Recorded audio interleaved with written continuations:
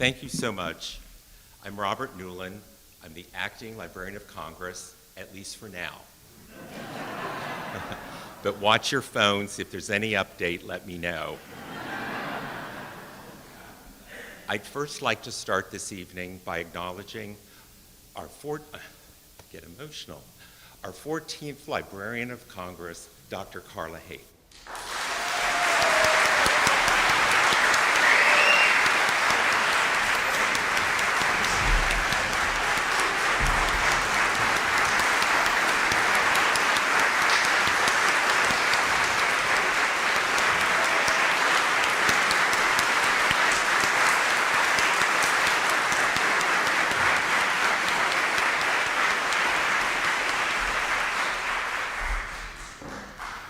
Thank you, and I will share that applause with Dr. Hayden later.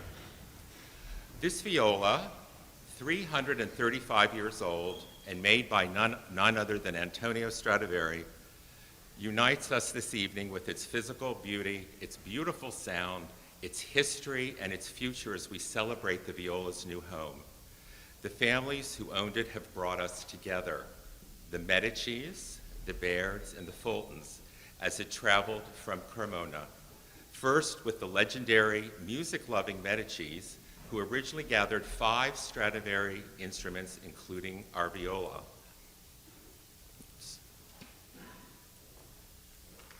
Excuse me, can't get this. All thumbs.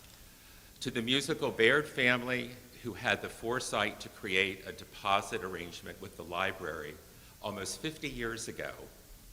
To David Fulton, who started playing the violin in the 4th grade and went on to spend 40 years assembling what has been called the greatest collection in the world, including another Baird viola, a Gasparo da Salo, circa 1580. And to Washington, D.C., to join the family of musical instruments, music, and music making at the Library of Congress, where the viola will be preserved, performed, and made publicly accessible to generations of young musicians and violinists. It's now my pleasure to introduce our wonderful head of the Library of Congress's Music Division, Sue Vita.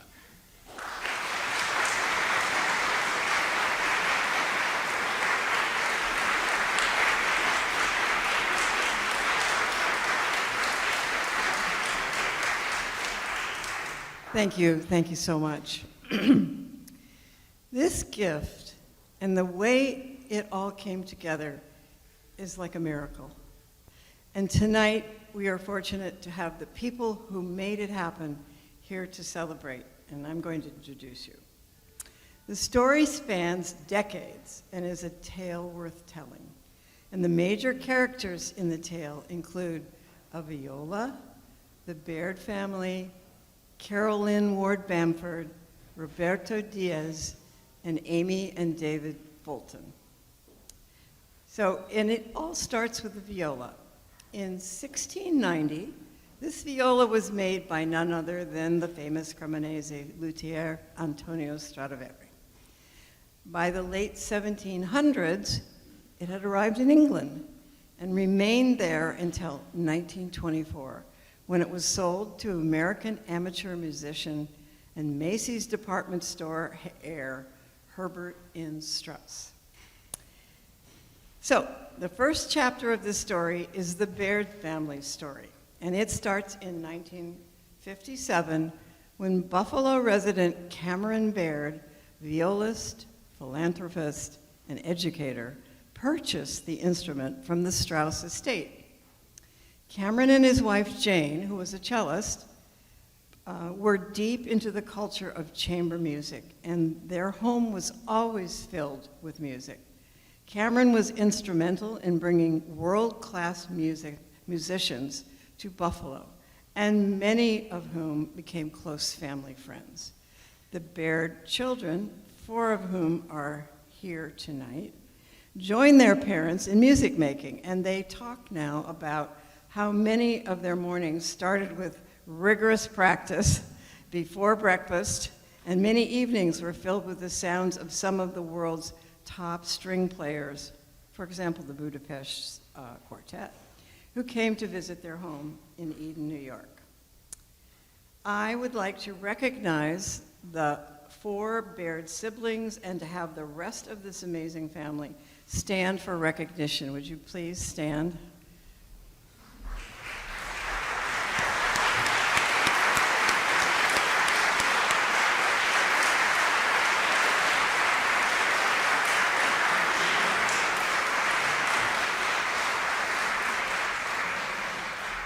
After Baird's death, his wife Jane placed the viola on loan with us.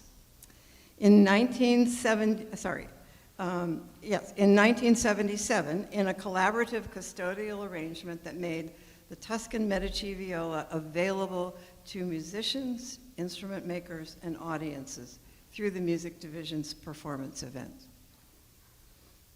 Chapter 2 of this story belongs to the Fultons, Amy and Dave. And this is another part of the magic. When the Baird family decided to sell the viola, we in the library were honestly close to despair. We'd become so fond of it and had custody of it for such a long time, we couldn't imagine life without it. But we didn't have the resources to purchase it. So we enlisted the help of our great friend, Roberto Díaz, whom you're going to hear on the stage tonight. Renowned violist and president and CEO of Curtis Institute of Music in Philadelphia. He visited David Fulton and performed on the viola for him, charming him with the glorious sound of the instrument. Consequently, when Lynn approached Mr. Fulton about advice on who might be approached to help us acquire it, after consideration and discussing it with Amy, to our wonderment, they offered to purchase it for us.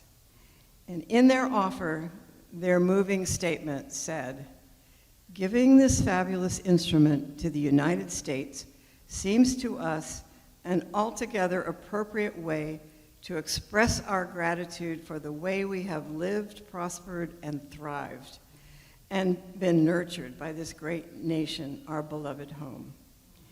In fact, Amy's very existence is thanks to the safe haven the USA provided for her mother after her father fled Nazi Austria. Moreover, it seems a very good way to memorialize the passion for great stringed instrument that has illuminated half my life, a capstone for the collection, if you will. Could we have the Fultons please stand and be recognized for this fabulous?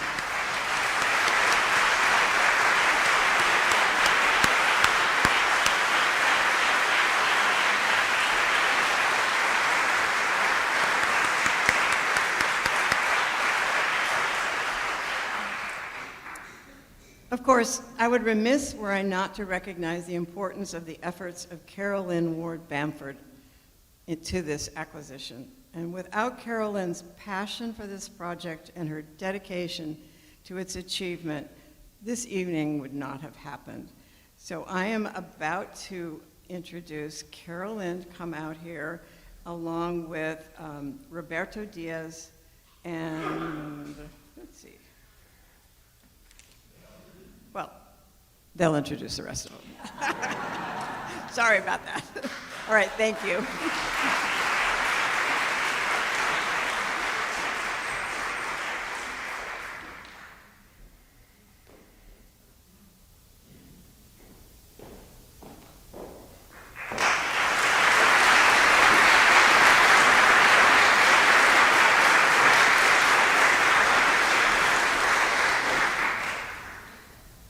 To share my immense gratitude to the Baird and Fulton families, who have and will now always bring together all of us, all of you, the Music Division, the Library of Congress, the United States, and the world,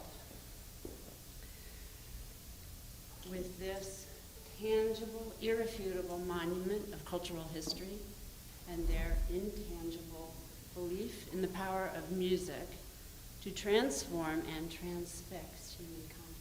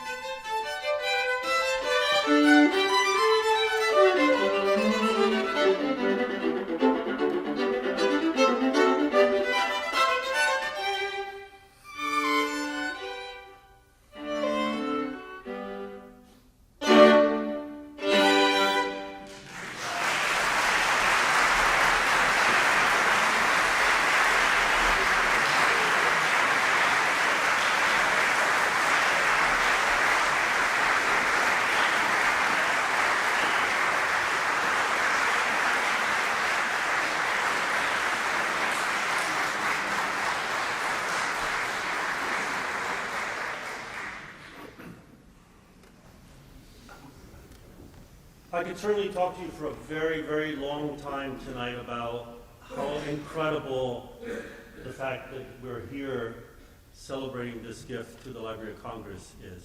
As a violist, that says it all. I mean, it's really, it's an incredible thing, and I just wanted to say to David that Mark Rubenstein, who is one of our past board chairs at Curtis, always says, you know, every time you call me, it costs me a lot of money. I'm going to call you again, but don't worry about it. It's just to say hello. Anyway, you know, I first started playing on this instrument some years ago when I met Bridget Baird. And we became really very nice friends. And what really took me was the fact that she was so committed to making sure that the instrument was heard, that people had a chance to listen to it, and, you know, realizing, of course, that it is a national treasure, an instrument like this. I happen to think I haven't played all 12 or so of the Stradivarius violas, but of the ones that I have played, this to me has no equal. And so it is really an amazing thing, this gift that has happened both from the Baird family and Amy and David. And it means a lot to me, especially because of the fact that Bridget from the very beginning kept saying to me, I want students to be able to understand what an instrument like this can do for them. And so on several occasions when I had the viola in Philadelphia and I was teaching with it, I would say to my students, by the way, have you ever seen a Stradivarius viola? And the answer always was like, no, never saw one. And I said, there's one right there sitting on top of the piano. And they kind of look at it like, I shouldn't really go over there. And so it was very interesting because occasionally, you know, the lesson would go in a certain direction, and I would say to them, okay, look, we're trying to talk to you about, you know, colors, textures, you know, different kinds of sonorities, and especially how we move the bow. For us, that's the equivalent of how a singer uses their air. And so I said, try what we're just talking about, try it on the Strad. And the look on their faces, and now I should say, you need a student that is incredibly accomplished.